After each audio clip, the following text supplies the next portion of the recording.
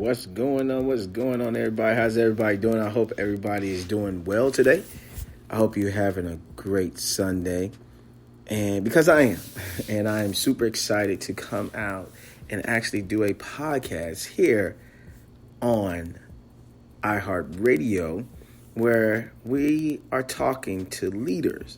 This is your host, Lawrence Thompson, on the Selfish Leader Podcast, where we believe that proper leadership, it reflects profitability. And so today, you guys, we're going to be talking about how to use correction as a tool and not as a punishment, which we understand that when you do have people that are doing certain things or things are not done right, you have to enforce correction.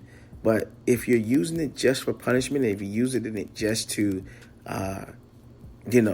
prove a point, I want to talk to you about how not to use that.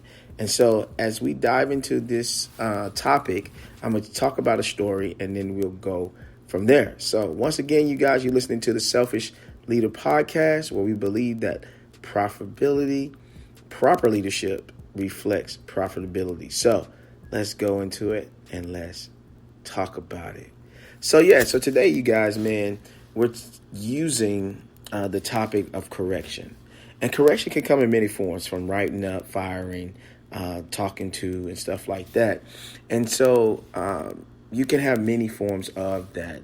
But as a leader, I've seen, and as a leader of leaders, I've seen where people use correction as a punishment. Now, some correction will warrant a punishment, where it can come from losing money, getting fired, all those different things. And so it can happen that way, right?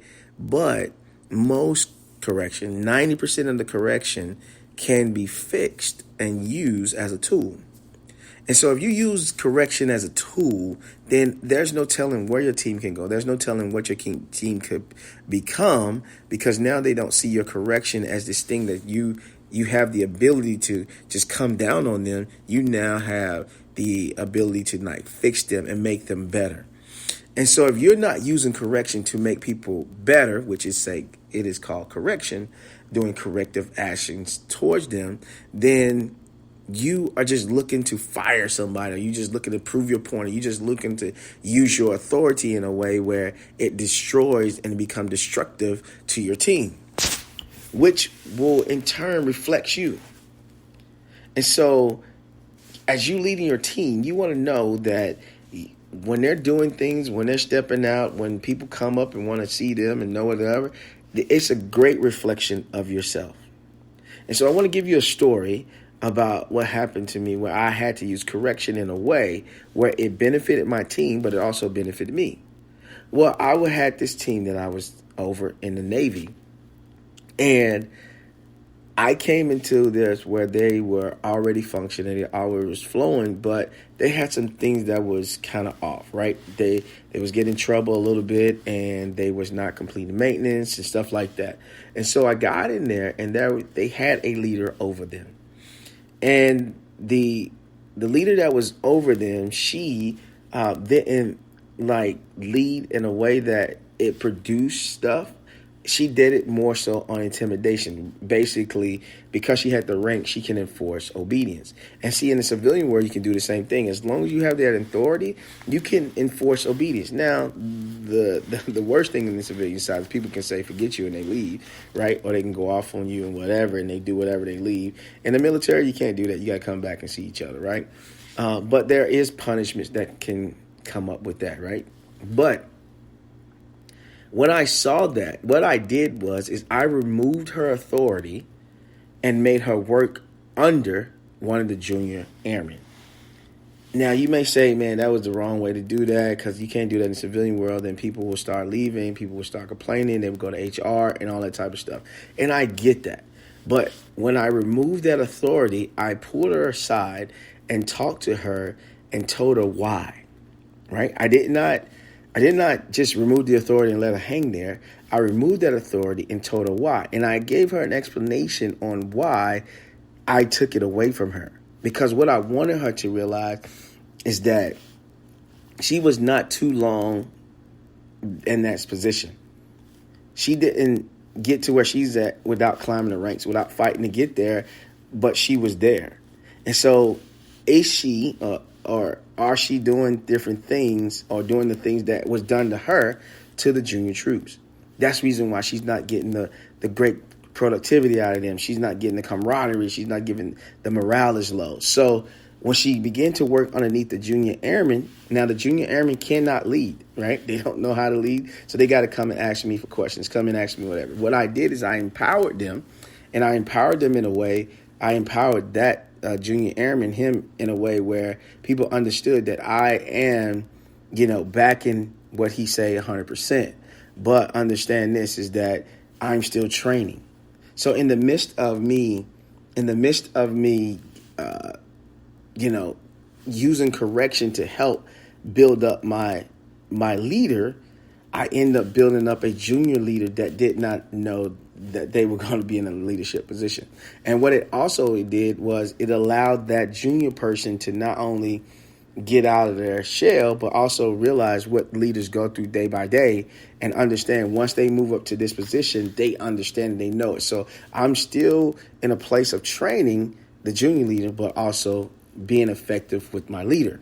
So what happened is that the leader understood, and as she started to see it, it began to sharpen her skill set more because I did that. I used that correction. Now, previous times, whatever they said, people would just write them up and they would write them up and they would have to do stuff and stuff like that. And there's a whole paper trail, which you can use that. But I didn't use that paper trail because I first want to make sure, and I first wanted to, I first wanted them to know that I would have the first crack or the first ring or the first push of correction before I go and grab somebody higher to actually help me and support and correcting this team.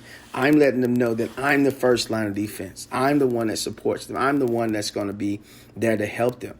And so now I use my correction as a tool to get them to the next level.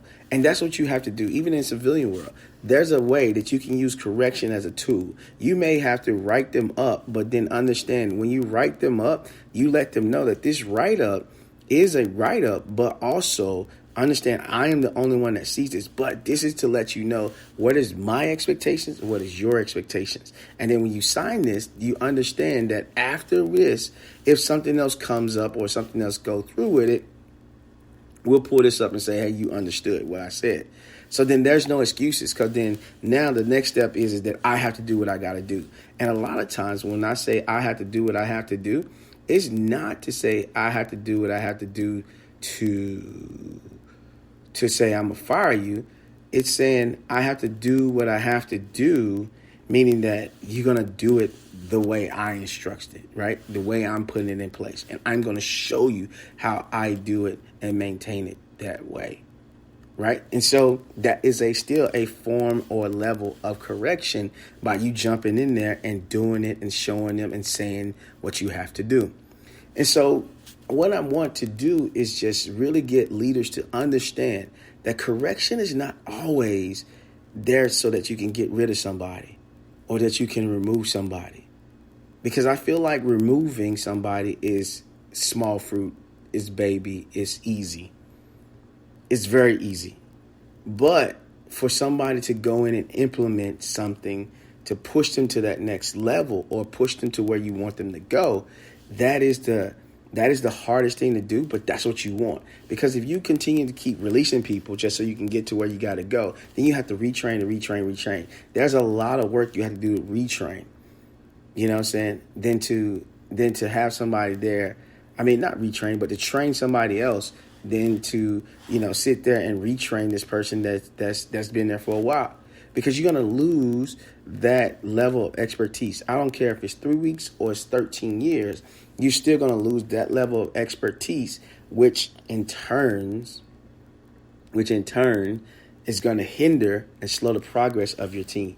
So now you got somebody new in there because you felt like you just got to get rid of that person. Well, there is a time and place to get rid of people. There's a time and place that you have to get rid of people. But if you have not pushed or if you have not done your best to use correction to get them in the right direction, then shame on you as a leader, because now you're just trying to fix and try to pick and pull the best person so that you feel that the team is going to run well, but not all the time picking and choosing that where you feel is the best person, where you feel is comfortable, where you feel is the lane that you want your team to be, may not be the great fit. That person that is messing up, that person that is, having these write-ups can be the very person that is amazing in what you need to do, i.e. myself. I used to get written up a lot. I get written up a lot. I was the worst follower ever. You wouldn't want me to be on your team, but then you will want me on your team. And the reason why you will want me on your team is because when it's time to lock in, and when it's time to tell somebody, when it's time to push the team to the next level, or tell the team to go create something, tell the team to move here, go there, I am so in for it. I'm not afraid to push them. I'm not afraid to tell somebody to go do something. And so I become my own independent leader. But then when I'm out of range, whatever, I can be a handful. I can be a handful. If I see the weakness in the leader, I can be a handful and I can take advantage, right? And so I was very, bad as a follower. That thing to say, hey, in order to be a great leader, you got to be a great follower. Man, I was terrible at following. But I lead teams, and I'm very, I'm super dope and leading people, and people love the way I lead. To the point that something can be chaotic, something can be crazy, and I could be gone for months and then come back and then set the tone. And now the tone is set, and now they're moving in the right direction, right? They call for me, they ask for me, and then I get it in order. So that means that even though I was a terrible follower, I became an exceptional leader. And people will tell you that. And the reason why I love talking about leadership, and the reason why I look forward into giving my tips, tricks, and strategies out on leadership is because I believe that proper leadership is the key to having effective teams, effective businesses, effective organizations. Even sometimes subliminally, I can tell you how to do your family, right? And you can use some of these tools and these tricks and these strategies for your family. So an effective leader, a leader that's using proper leadership, I believe, is important. It's not just all systems. Systems can be fixed. Systems can come and go. I've seen people have a certain system and then 3 years later they improve it or they scrap it and go with another system. But leaders will remain the same. And if you are terrible at being a leader, then your team is going to respond to that. If you are a tyrant as a leader, your team is going to respond to that. If you are passive, your team is going to respond to that. If you're passive aggressive, your team is going to respond to that. So no matter what, as the leader, people are going to respond to how you lead. And they're going to take on and they're going to adapt your personality. In some form or some fashion, they are going to adapt it, right? Because as leaders, you give them permission. They're looking to be led, but you give them permission to operate or do certain things because of the way you're leading. And so I just want to just really push down this idea here is that correction is a tool. It is not a weapon for destruction. It's not a weapon for punishment. And so once you see that, once you use that, once you understand that, then watch where your team goes. Watch where your team does. Watch how your team respond. Because now they're not looking at that, hey, you're using this correction to get rid of them. You're using your correction as what it is called. It is a correction. It is corrective action, eval, stuff like that. These things are set in place so that not only that a person know what they're doing and know how they're doing it, but it's in place that you can use as a leader, that you can reframe, that you can reposition, that you can recast a vision so that they are able to function within the framework that you want, so that the mission is done safely, effectively, and on time, with high morale, with high productivity, and with great profitability. So as I land this plane, I want to say this, is that leaders, don't let your correction tap into your frustration and then you use it as a weapon of destruction. Because a frustrated leader, when they're correcting, their correction becomes a weapon, and it destroys the morale, it destroys the team, it destroys a person. And in the civilian world, you're going to lose people. Check this out. The people that you lose, they are not replaceable. You like, well, that don't make sense. Listen, I'm going to tell you, I'm going to break it down why I say that. They are not replaceable because you have invested time in them to understand, know, and do the way of what you're saying them to do. If you release them or they quit, then you will not get another them. You can't build another them. You can't create another them. You will not get another them. Well, I may get a better one. You may. Let me say it again. You may. And if you do, it's over time when it get built, because that person has so much time ahead of them. So if it's not to the point where the business is about to burn down, or the team has this huge dissension among themselves where they're fighting and doing crazy stuff, if it's not to the highest level that you have to fire them, then why not give them a place of correction and pull them into the office and let them understand that, but then figure out a way where you can critically think through to give them solution so that they're able to appreciate that the correction is for love and the correction is not for destruction.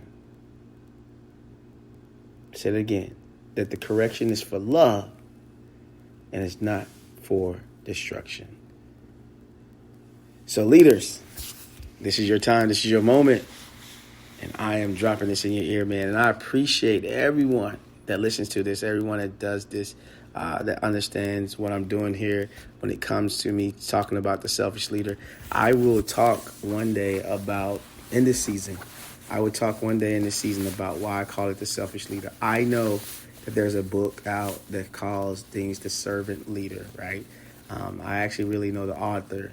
I actually did years ago, used to do a Facebook Live video with the author. And so I get it. I understand, right? I'm not combating the servant leader because I believe you should be a servant leader.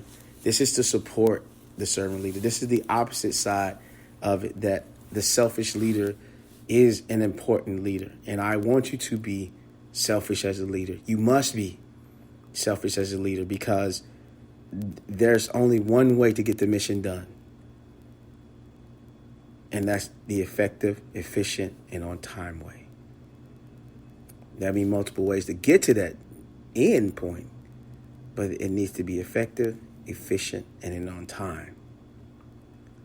And so the selfish leader understands that and uses that. And I also wrote in my book, what is the foundational thing that the selfish leader must have, and that's love. And yes, I said love, Love, but it is an acronym. L, lead. You must always be leading. O, observe your teams, not only just with your eyes, but with your ears. V, vocabulary. Use the right, proper vocabulary that causes inspiration, that causes motivation, not because, perspiration. And E, engage. Engage in your team. Make sure you are engaging with them, then find out something that they do, they love, they have, important, something that is of importance. You don't have to know their whole life story, just one thing, and applaud that when it comes around, or use that to celebrate them. And then once you engage with them, then they will understand that you love them, and then you will see a great turnaround. I believe that it's happened to me, and I've used it. I've used it many, many times. I've used it in the civilian world. I've also used it in the military world. So I know that being a leader that leads with love is super effective. So, yeah, you guys go out, get the book on Amazon. It's called The Selfish Leader by Lawrence Thompson, just like the podcast. And I promise you, you're going to get tips, tricks, and strategies in there. I get straight to the point, too. I don't give you no fluff. So I get straight to the point. I am going to produce another book that I have on my mind. I won't talk about it now, but I'm going to do this book, and I think that's going to be effective, too, as a partner to the selfish leader and all that good stuff. So make sure you guys go out, find me on Instagram, find me on Facebook. You can find me by typing in Lawrence Thompson. I have the same picture on my profile, so you can't miss me on all social media platforms. So find me there. I'm on TikTok the same way. The only thing different is that on X, Twitter X, right? It's I Am Law Jr., and you can find me there. Also, you guys, make sure you like, share, and let people know about the Selfish Leader podcast. We will continue to give you those tips, tricks, and strategies to make sure you are an effective leader that's leading properly so that your profitability level will be high. Also, your morale be high. Also, your productivity will be high.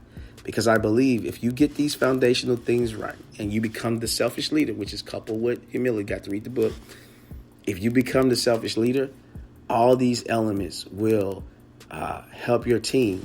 And then when it helps your team, you will see a significant difference in your business, your organization, and on the side, your family. I am your host, Lawrence Thompson. I appreciate you guys listening in.